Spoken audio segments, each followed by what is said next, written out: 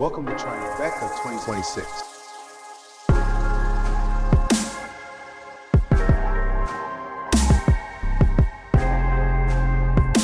Today, I had the pristine privilege of talking to the director and the cast from So You Trying to Say You Love Me. So the title right there, man, I was immediately hooked when I saw the title. So I'm looking forward to chopping up with these folks. So if you all can introduce yourselves, no caffeine just yet, even though it's 2 o'clock in the afternoon, so I'm a little bit tired, but don't want to butcher no names. So everybody, please introduce yourself. Hey, I'm Ty Molbak. I'm the director. I'm Asante Blackk. I play Gerard. I'm Malia Pyles and I play Chloe. Very cool. Thank you guys for that energetic intro. So let's start with Ty. So Ty, my brother, what was the inspiration behind the script and just the passion to do a short film for Tribeca? Yeah, man. I mean, Tribeca is the first film festival I ever attended in person in 2019. So this is like a real treat to get to premiere this year and share it with New York. I've talked about this a lot, but this short came from a concept I had for a feature that I actually had in mind with Asante. And then 4 years later, we met in the same acting class. Malia was also in the class. And so my goal was like, how do I condense the themes of this feature into a short? So I took a scene that was like 2.5 pages from it. I expanded it into 12 minutes. And I was just so lucky to have these beautiful actors, you know, read the material, connect with it, and want to engage. Cool, cool. So I got to pivot over to Miss Malia. So before I get to you though, quick little spiel. So I've, press critic, so I've already seen Cape Fear. So you killed in Cape Fear. Oh, yay! But so that being said, without going into spoilers, how did you pivot from what you do in Cape Fear to something light, what you're doing here? Oh, wow. I mean, I think all the characters I've gotten the privilege of playing in the last few years have a certain intensity and a certain engine that although you drop them in different settings and um yeah, obviously Chloe isn't as depraved as Nevea is, but there is a level of ambition there and passion there that there's a through line with my characters that really attracts me to these characters. Um, but yeah, Chloe has a lot of love in her heart. She believes that love is as vital to humanity as breathing, and but at the same time, she hasn't really allowed anyone to break down her barriers enough to experience her in all of her truth and her honesty. And I think there's a through line there again with Cape. Maybe it's so funny to talk about it for the first time, honestly.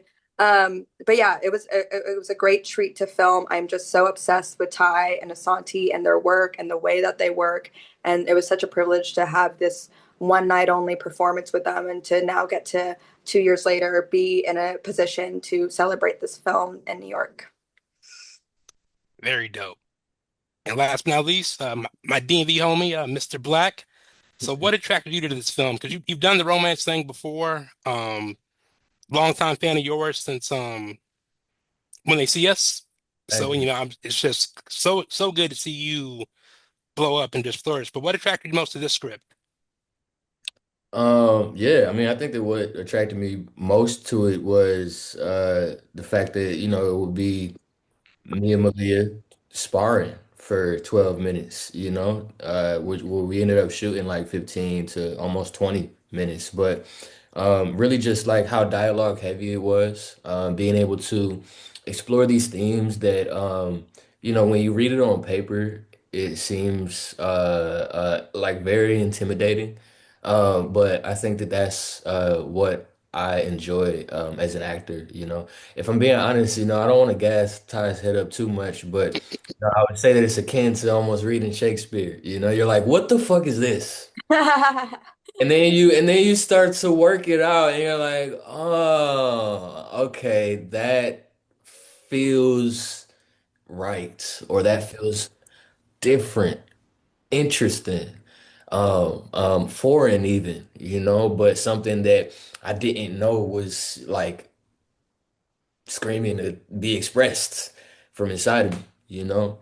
And so I don't know, I think that just the challenge of peeling back all of the words and getting to the heart of the story, I think that was the biggest thing that attracted me to it, alongside the fact that, I'd be working with this guy who, from the moment that I first saw him go up in acting class, I knew that he was somebody who had a very unique and specific vision, even if couldn't fully grasp what that was at the times. And then, of course, seeing Malia go up in class, and I'm like, oh shit, okay, that's something to work with for sure.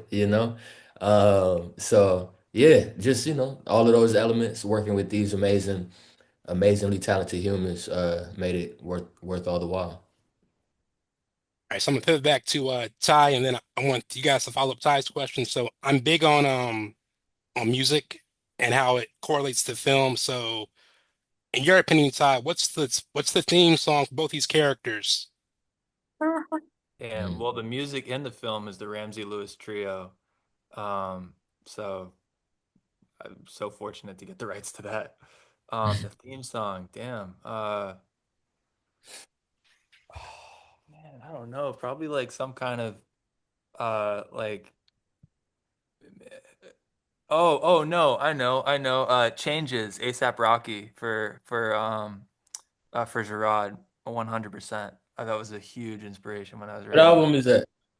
Uh I don't know the title of the album. I got It might listen be to Change. Yeah. Oh, it's incredible. It's that. Right. so, oh God, I love it. Yeah, he's amazing. Um, and I think actually might be a Tribeca. Man, I don't know for Chloe. Probably some like deep cut, avant-garde, music that I wouldn't know that like she found in some music library and like became her favorite thing. Yeah. What would you say for Chloe Malia? Oh my God, I don't know. This is such a I'm like, can I email you later on? Because I'm like, this is such a good question.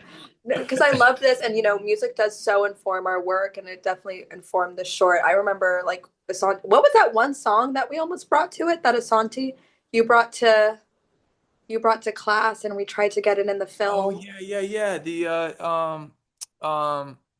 what was it? Cat in the Hat.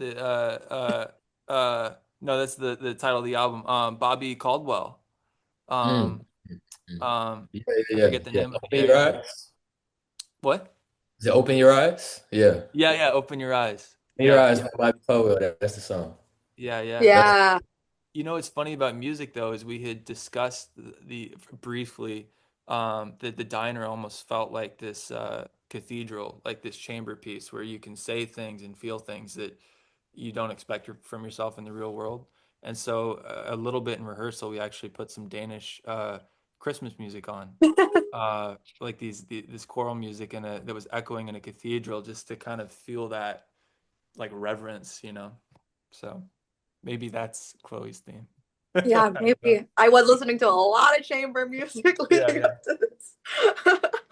And for Gerard, what would you say, Asante? But for you, since you're from the DMV, give me a go-go song for your character or a theme. Damn. Go-Go song. Hmm. I feel like Go-Go doesn't really match Gerard. What he's going through. I don't know if you're gonna see him in the Go-Go's in this Thanksgiving, this Christmas. But I'll give you one. No, I'll give you one. Let me see. Let's just say I believe it's by the Junkyard Band. Uh-oh. Uh-oh, by the Junkyard Band. So that's a cool little, cool little warm up. You know what I'm saying? Getting ready to get them laps in, get in the gym. Yeah. Uh-oh. Cool. I love it. Uh, Well, all right, folks, I want to thank you all for taking time out of your very, very busy schedule to chop it up with me. Looking forward to watching you all flourish, and congrats on your project. Thank you. Yo, what's going on? This is Drizzy Drake. Hi, this is Rihanna. Hey, what's up? This is Ludacris. You're rocking with the best. It's Reviews and Done.